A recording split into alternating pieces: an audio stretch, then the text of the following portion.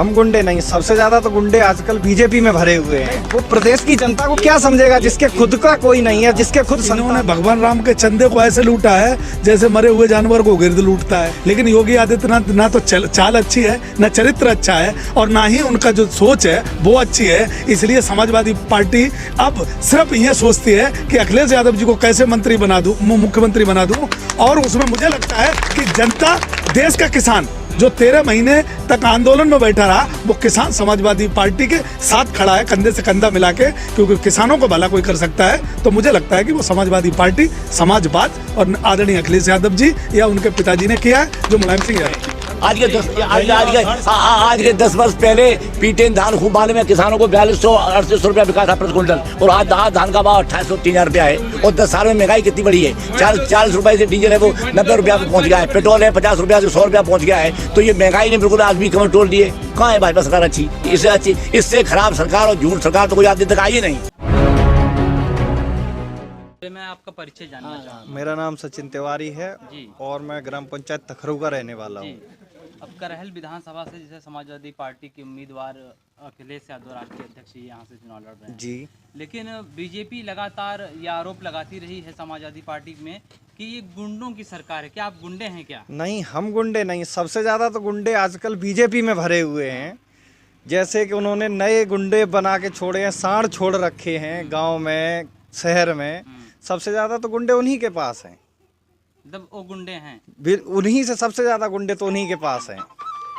लेकिन जिस तरह से कहा जाता रहा है कि समाजवादी पार्टी जब आती है तो उनके जो यादव परिवार के लोग, समाजवादी पार्टी के जो कार्यकर्ता हैं, वो तमंचे लेके घूमने लगते हैं। ये सब बिल्कुल साफ झूठ है। और ये मतलब आरएसएस का जो एक भाग है भाजपा, वो लोग इसका प्रचार करते, दुष्प्रचार करते हैं। ऐसा कभी नहीं हुआ, ना होता है, आजकल भी नहीं हो रहा है। अब कल उस पर जो हुआ है, इस प्रत्याशी, भाजपा के प्रत्याशी पर जो घटना हुई है, वो आदमी भी बघेली था। मतलब ये सिद्ध हो गया है कि ये भाजपा के लोगों ने ही कराया जानबूझ के। वोट तो उन्हें है नहीं कुछ। जब वोट नहीं है तो फिर वो ऐसा प्रोग्राम करते हैं। ये उनकी साजिश रहती है। अभी भाजपा के लोगों ने 100 प्रत्याशियों को टिकट दिया है भाजपा ने। 403 उसमें MLA टिकट डिवाइड हुए हैं, उसमें 100 निगम उसमें वो हैं अपराधी, और वो समाजवादी पार्टी के लोग बताते कि ये गुंडे हैं, अपराधी हैं, झूठ आरोप लगाते हैं। कोई विकास कार्य तो उन्होंने कराया नहीं। पूरे प्रदेश में 5 वर्ष में सर किसी भी प्रकार का कोई विकास नहीं हुआ। जो भी विकास किया अखिलेश बाबू ने, उसका ये शिलान्यास और उद्घाटन करते रहे। तो इनका कोई विकास के इनका एजेंडा तो कुछ है नहीं।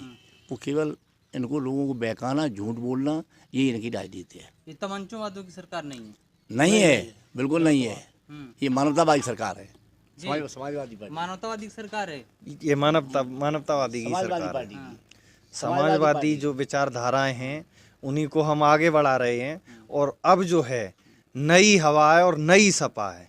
लेकिन योगी आदित्यनाथ तो एक सन्यासी हैं, तो नहीं तो उन्हें मठ पे जाना चाहिए। उन्हें अपना जो सन्यास है वो अपने मठ पे, मंदिर पे जाके करना चाहिए। एक राज्य को चलाने लायक नहीं है वो। कह रहे हैं कि देश को इसलिए चला रहे हैं और भला कर रहे हैं क्योंकि किसी के लिए और नहीं कर सकते। नहीं, देश चलाना, आप एक जाति को आगे बढ़ा रहे हैं, देश नहीं चला रहे। आप उन्हें बता रहे हैं जातिवाद हैं। आप एक जाति को बढ़ा रहे हैं। सबसे ज्यादा आप जाति पे फोकस कर रहे हैं और हमें बता रहे हैं जातिवादी और परिवारवादी। सबसे ज्यादा आप परिवारवाद फैला रहे हैं बीजेपी वाले। जिस तरह से उन्होंने कहा कि एक सन्यासी अगर मुख्यमंत्री बनता है तो अपने उसका ना कोई बेटा है ना कोई और है, तो परिवारवाद नहीं है, इसलिए सिर्फ समर्पित है। तो वो जनता का दुख क्या जाने, जिसके परिवार ही नहीं है वो जनता का दुख क्या जाने। पूरा प्रदेश ही हमारी जनता नहीं, वो प्रदेश की जनता को क्या समझेगा जिसके खुद का कोई नहीं है, जिसके खुद संतान नहीं है। और सन्यासी सिर्फ मंदिर, भगवान और उसके खुद के अलावा वो कुछ नहीं जानता है। उसे जनता से कोई मतलब ही नहीं है। जी सही कह रहे हैं। हाँ बिल्कुल सही कह रहे हैं, बिल्कुल। लेकिन इस बात को ये उत्तर प्रदेश की जनता ही उनका परिवार है। बिल्कुल नहीं है साहब, बिल्कुल परिवार नहीं है। बिल्कुल इतने जातिवादी हैं जितने भी पूरे प्रदेश में 75 DM जो हैं वो अन्य जातियों के होना चाहिए।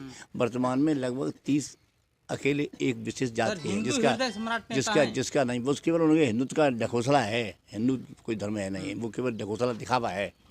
किशन पाल जी, हिंदू हृदय सम्राट नेता योगी आदित्यनाथ कौन कहता है? दिखावा कौन कहता है? भगवान राम के जो मंदिर था उसमें 15 मिनट में 8.5 करोड़ 18 करोड़ का घोटाला कर दिया। हिंदू सम्राट ये सिर्फ इनका जो है भगवान राम की जो इन्होंने पर्चियां काटी थी राम मंदिर के नाम पे, उसमें सबसे बड़ा घोटाला कर दिया। इन्होंने भगवान राम के चंदे को ऐसे लूटा है जैसे मरे हुए जानवर को गिरद लूटता है। तो ये कहाँ से हिंदू हृदय सम्राट हो गए?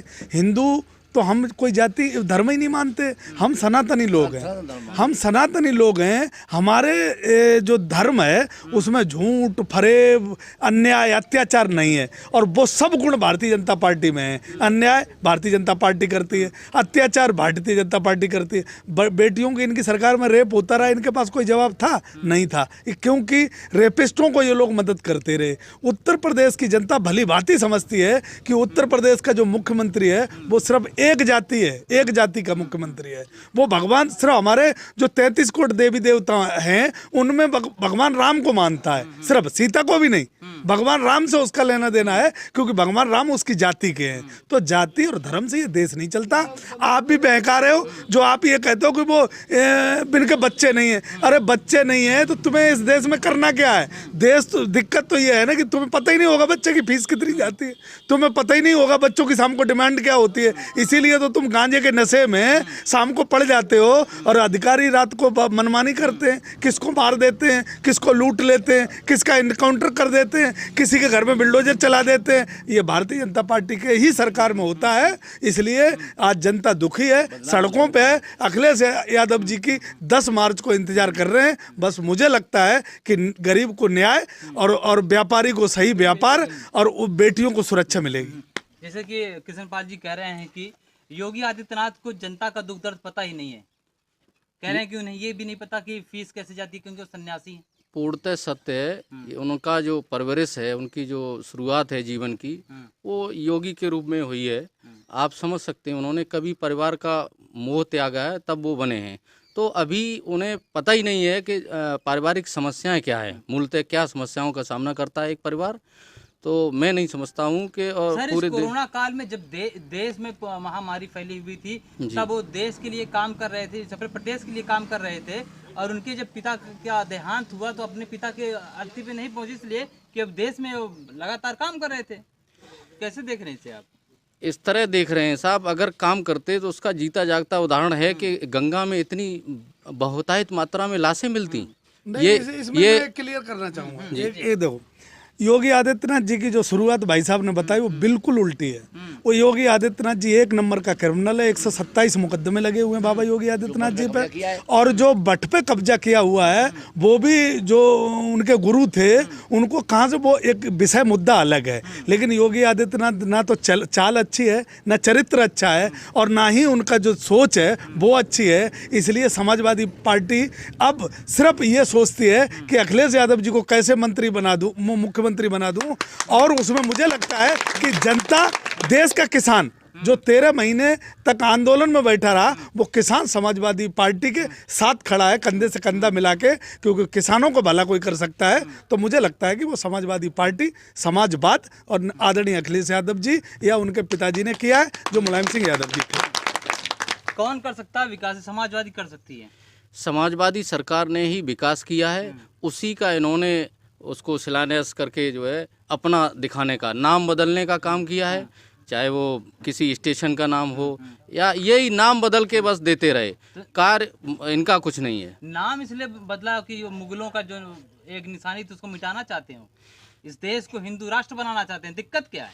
दिक्कत सर ये है कि हिंदू क्या उनके द्वारा प्रमाणित किया हुआ व्यक्ति है? सारे हिंदू ही तो हैं। हम लोग हिंदू धर्म नहीं मानते, हम लोग भी मानते हैं, उतना ही देवी देवताओं को पूजते हैं, लेकिन उनके सर्टिफाइड कॉपी देने से ही हम प्रमाणित हों कि मैं हिंदू हूँ? ऐसा तो नहीं है। इस प्रदेश को, इस प्रदेश की जनता को विकास चाहिए, और इस चुनाव में विकास नाम का कोई भी उनके द्वारा कुछ कहा नहीं जाता कि विकास के नाम पे सारे वोट जो मांगे जा रहे हैं, सारी कुछ मुद्दे हैं वो नाम बदल कर यूं ही रख दिए जाते हैं। हमने फ्लाईओवर बनवाए और वहाँ पर मेडिकल कॉलेज बनवाए, ये सारी चीज क्या गलत है?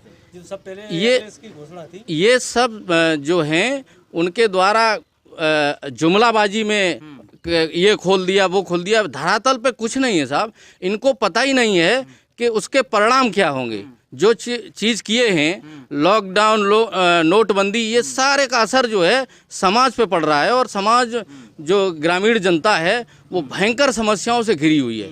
वो भूखा प्यासा मरा जा रहा है। इनको समस्याओं से कोई भी इनका जो है संज्ञान नहीं है। किस मुद्दों पर जीत हासिल कर पाएंगे योगी आदित्यनाथ? क्योंकि लगातार जो कहते योगी आदित्यनाथ तो पहली बात तो जीत ही नहीं रहे, उनकी कोई सरकार नहीं बन रही, समाजवादी सरकार बन रही है, क्योंकि ये युवा खड़ा है, किसान बैठा है। ये सारा युवा बेरोजगार है और किसान पूरी तरह से महंगाई से त्रस्त है। आज जो डीजल की कीमत क्या है आप खुद सोच रहे हैं, हम वहाँ से आ रहे हैं, किस तरह से गाड़ी में कोई डीजल नहीं है। योगी आदित्यनाथ ने कहा है 300 प्लस, जो उनका दावा है 300 प्लस उनकी सीटें आ रही, तो कैसे? जब उनके सारे वादे पीछे के झूठ थे, तो ये दावा जो है वो अपने आप से ही झूठ बोल रहे, किसी और से नहीं झूठ बोल रहे, अपने खुद से भी झूठ बोल रहे। वो जनता से झूठ बोलते ही बोलते खुद से झूठ बोल रहे हैं, क्योंकि उनका कोई भी 300 प्लस सीटें नहीं आ रही। 300 प्लस सीटें समाजवादी पार्टी की आ रही हैं, क्योंकि युवा पूरी तरह से बेरोजगार है। पूरा युवा एकजुट हो गया है। जो अभी हिंदू मुस्लिम की बात चल रही थी, हिंदू राष्ट्र की बात कर रही थी, युवा को सिर्फ अपने लिए रोजगार और किसानों के लिए अपने लिए किसान जो है अपने महंगाई कम करने के लिए जो 300 यूनिट बिजली फ्री है। और आपको एक बात बताऊं, सिंचाई अभी भी मुफ्त है। जो इन्होंने अखिलेश सरकार में, पहले समाजवादी सरकार में दी गई थी, वो सिंचाई मुफ्त है। और अब आप देखिए बिजली भी मुफ्त हो गई है। और कन्या विद्याधन, उसका जो मैनिफेस्टो है पहले भी मिल रहा था। हमारी बुजुर्ग महिलाएं हैं, अभी अगर आप गांव में चलेंगे तो देखेंगे उनको हर महीने पेंशन आती थी वृद्ध पेंशन योजना में। आप देखिए वो बंद हो गई है। दोबारा से अखिलेश यादव ने खुद मैनिफेस्टो में दिया है कि 500 और बढ़ा के देंगे। जिस तरह से महिला सुरक्षा की बात की जाती है, महिला सुरक्षा योगी आदित्यनाथ की सरकार में उन्होंने कहा कि हमने महिलाओं की सुरक्षा रखी है। अगर महिलाओं की सुरक्षा रखते तो हाथरस कांड ही नहीं होता। हाथरस कांड जो हुआ है उसे देख के शर्म आनी चाहिए कि महिला सुरक्षा पे आप दावा पेश करते हो।